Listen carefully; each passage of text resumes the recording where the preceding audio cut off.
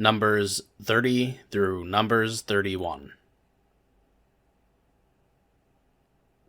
Then Moses spoke to the heads of the tribes of the sons of Israel, saying, This is the word which the Lord has commanded.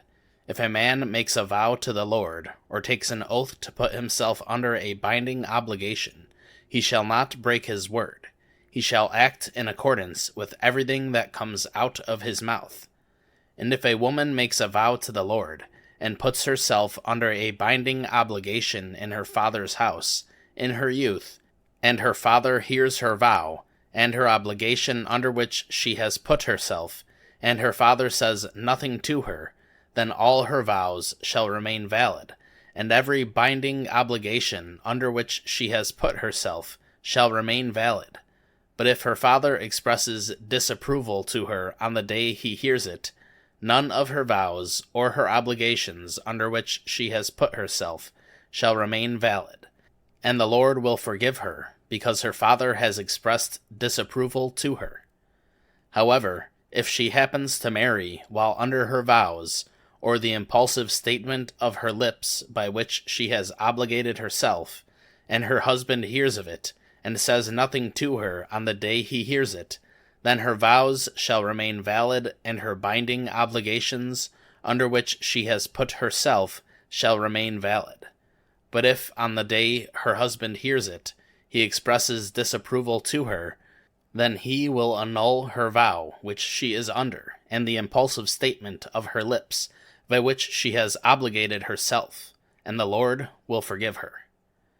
But as for the vow of a widow or of a divorced woman, every binding obligation under which she has put herself shall remain valid against her. However, if a married woman vowed in her husband's house, or put herself under a binding obligation with an oath, and her husband heard it, but said nothing to her, and did not express disapproval to her, then all her vows shall remain valid, and every binding obligation under which she put herself shall remain valid.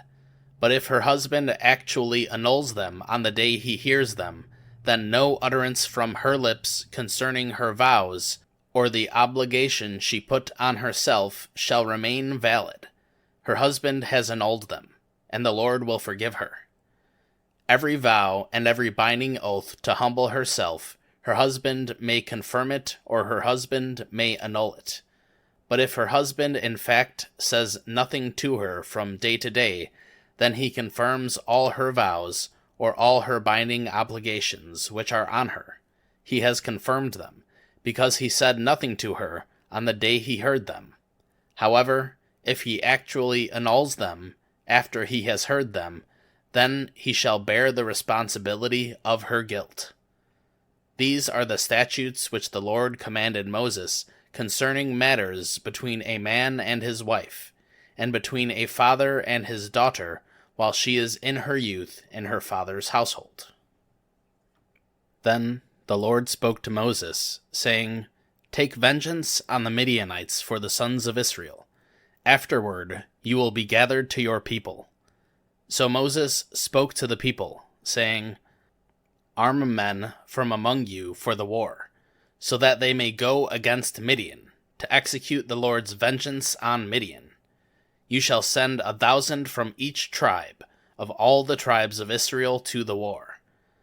So there were selected from the thousands of Israel 1,000 from each tribe, 12,000 armed for war. And Moses sent them, 1,000 from each tribe, to the war, and Phinehas the son of Eleazar the priest, to war with them, and the holy implements and the trumpets for the alarm in his hand. So they made war against Midian, just as the Lord had commanded Moses. And they killed every male. They killed the kings of Midian, along with the rest of those killed, Evi, Rechem, Zur, Hur, and Ribah, the 5 kings of Midian. They also killed Balaam, the son of Beor, with the sword. And the sons of Israel took captive the women of Midian, and their little ones, and they plundered all their cattle, all their flocks, and all their property. Then they burned all their cities where they lived, and all their encampments. And they took all the plunder and all the spoils, both of people and of livestock. They brought the captives and the spoils and the plunder to Moses, to Eleazar the priest, and to the congregation of the sons of Israel, to the camp at the plains of Moab, which are by the Jordan opposite Jericho. And Moses, Eleazar the priest, and all the leaders of the congregation went out to meet them outside the camp. But Moses was angry with the officers of the army, the commanders of thousands and the commanders of hundreds, who had come from service in the war. And Moses said to them, "Have you spared all the women? Behold, they caused the sons of Israel, through the counsel of Balaam, to be unfaithful to the Lord in the matter of Peor, so that the plague took place among the congregation of the Lord. Now therefore, kill every male among the little ones, and kill every woman who has known a man intimately. However, all the girls who have not known a man intimately, keep alive for yourselves. And as for you, camp outside the camp for 7 days. Whoever has killed a person, and whoever has touched anyone killed, purify yourselves, you and your captives, on the 3rd day and on the 7th day. And you shall purify yourselves, every garment, every article of leather, every work of goat's hair, and every article of wood." Then Eleazar the priest said to the men of war who had gone to battle, "This is the statute of the law which the Lord has commanded Moses. Only the gold and the silver, the bronze, the iron, the tin, and the lead, everything that can withstand fire, you shall pass through the fire, and it will be clean. Only it shall be purified with water for impurity. But whatever cannot withstand the fire, you shall pass through the water, and you shall wash your clothes on the 7th day, and you will be clean, and afterward you may enter the camp." Then the Lord spoke to Moses, saying, "You and Eleazar the priest, and the heads of the fathers' households of the congregation, take account of the spoils that were captured, both of people and of livestock, and divide the spoils between the warriors who went to battle and all the congregation. Also, collect a tribute tax for the Lord from the men of war who went to battle, 1 in 500 of the persons, of the cattle, of the donkeys, and of the sheep. Take it from their half, and give it to Eleazar the priest, as an offering to the Lord. And from the sons of Israel's half, you shall take 1 drawn from every 50 of the persons, of the cattle, of the donkeys, and of the sheep, from all the animals, and give them to the Levites who perform the duty of the tabernacle of the Lord." Moses and Eleazar the priest did just as the Lord had commanded Moses. Now the spoils that remained from the plunder which the men of war had plundered was about 675,000 sheep, 72,000 cattle, 61,000 donkeys, and of captive people, of the women who had not known a man intimately, in all were 32,000 people. The half of the share of those who went to war was as follows. The number of sheep was 337,500. The Lord's tribute tax of the sheep was 675. The cattle were 36,000, from which the Lord's tribute tax was 72. The donkeys were 30,500, from which the Lord's tribute tax was 61. And the captive people were 16,000, from whom the Lord's tribute tax was 32 persons. And Moses gave the tribute tax, which was the Lord's offering, to Eleazar the priest, just as the Lord had commanded Moses. As for the sons of Israel's half, which Moses separated from the men who had gone to war, now the congregation's half was 337,500 sheep, 36,000 cattle, 30,500 donkeys, and the captive people were 16,000. From the sons of Israel's half, Moses took 1 drawn from every 50, both of the people and of animals, and gave them to the Levites, who performed the duty of the tabernacle of the Lord, just as the Lord had commanded Moses. Then the officers who were over thousands of the army, the commanders of thousands, and the commanders of hundreds approached Moses, and they said to Moses, "Your servants have taken a census of the men of war who are under our authority, and no man of us is missing. So we have brought as an offering to the Lord what each man found, articles of gold, armlets, and bracelets, signet rings, earrings, and necklaces, to make atonement for ourselves before the Lord." Moses and Eleazar the priest took the gold from them, all kinds of crafted articles, all the gold of the offering which they offered up to the Lord, from the commanders of thousands and the commanders of hundreds, was 16,750 shekels. The men of war had taken plunder, every man for himself. So Moses and Eleazar the priest took the gold from the commanders of thousands and of hundreds, and brought it to the tent of meeting, as a memorial for the sons of Israel before the Lord.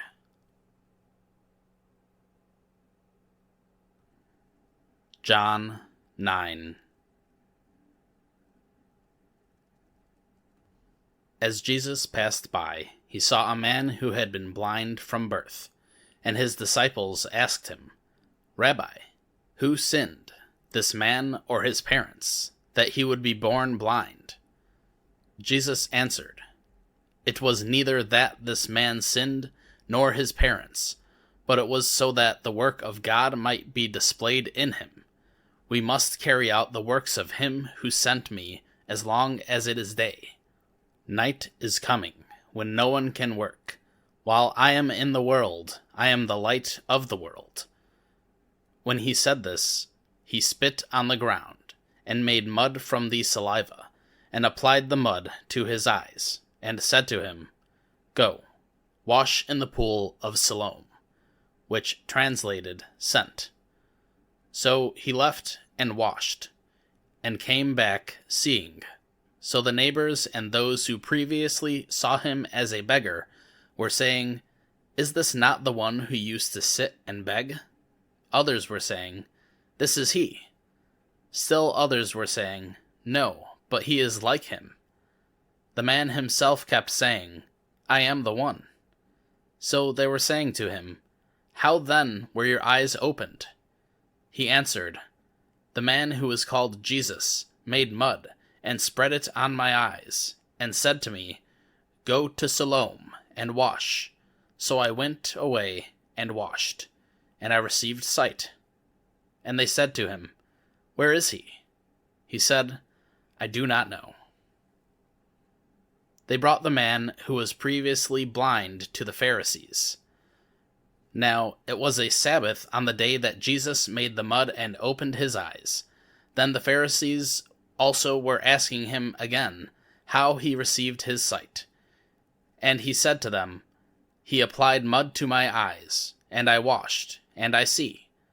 Therefore some of the Pharisees were saying, "This man is not from God, because he does not keep the Sabbath." But others were saying, "How can a man who is a sinner perform such signs?" And there was dissension among them. So they said again to the man who was blind, "What do you say about him, since he opened your eyes?" And he said, "He is a prophet."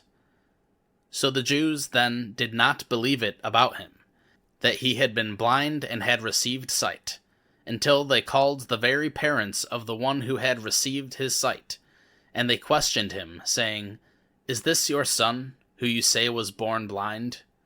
Then how does he now see?" His parents then answered and said, "We know that this is our son, and that he was born blind. But how he now sees, we do not know, or who opened his eyes, we do not know. Ask him. He is of age. He will speak for himself."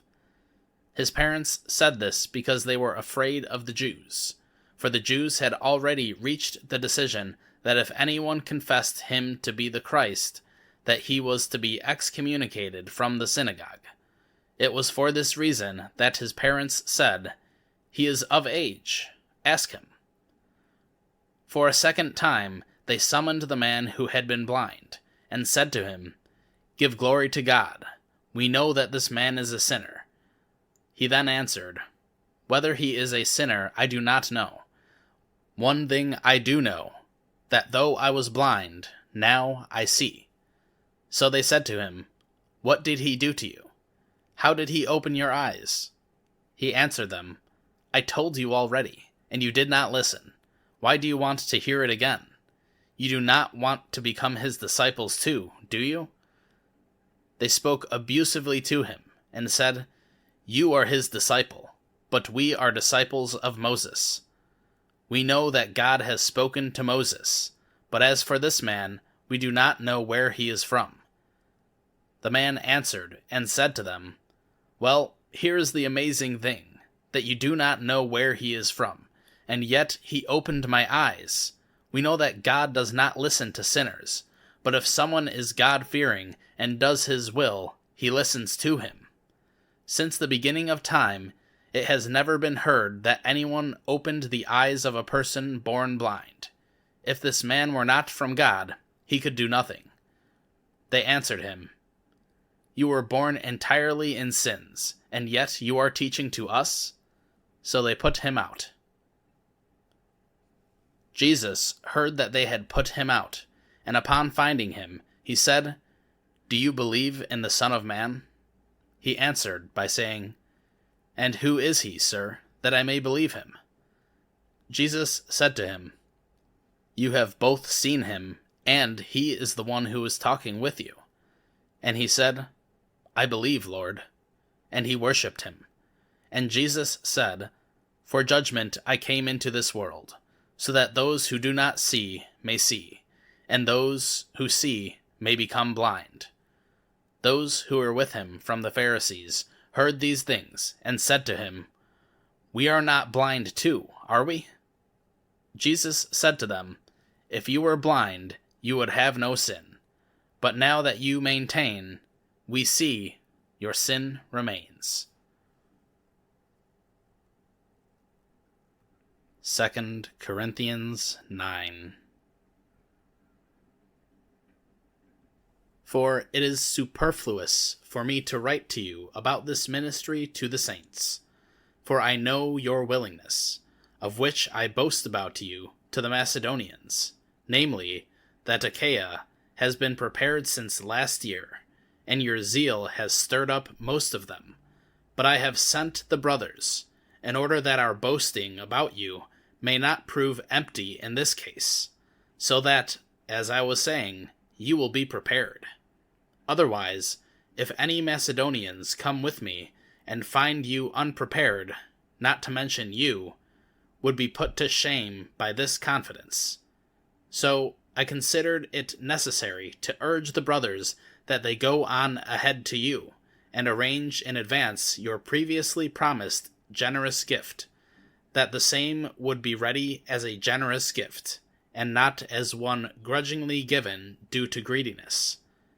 Now, I say this, the one who sows sparingly will also reap sparingly, and the one who sows generously will also reap generously. Each one must do as he has decided in his heart, not reluctantly or under compulsion, for God loves a cheerful giver, and God is able to make all grace overflow to you, so that, always having all sufficiency in everything, you may have an abundance for every good deed. As it is written, "He scattered abroad, he gave to the poor, his righteousness endures forever." Now he who supplies the seed to the sower and bread for food will supply and multiply your seed for sowing, and increase the harvest of your righteousness. You will be enriched in everything for all liberality, which through us is producing thanksgiving to God. For the ministry of this service is not fully supplying the needs of the saints, but it is also overflowing through many thanksgivings to God.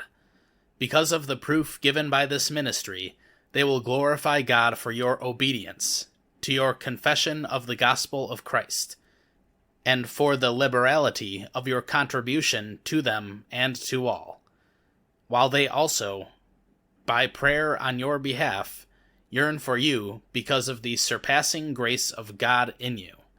Thanks be to God for his undescribable gift. Proverbs 27:23 through 27.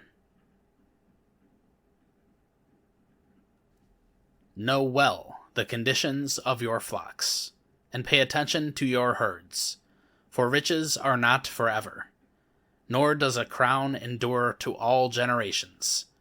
When the grass disappears, the new growth is seen, and the herbs of the mountains are gathered in. The lambs will be for your clothing, and the goats will bring the price of a field, and there will be enough goat's milk for your food, for the food of your household, and sustenance for your attendants.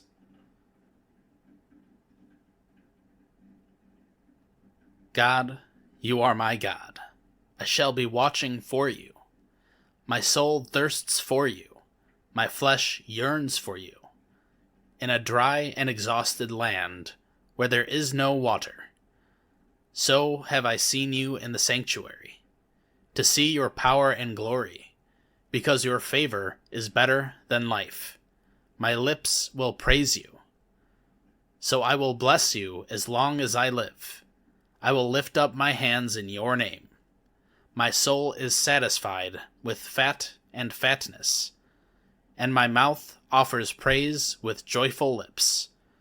When I remember you on my bed, I meditate on you in the night watches, for you have been my help. In the shadow of your wings I sing for joy. My soul clings to you. Your right hand takes hold of me. But those who seek my life to destroy it will go into the depths of the earth. They will be turned over to the power of the sword. They will be a prey for foxes. But the king will rejoice in God. Everyone who swears by him will boast.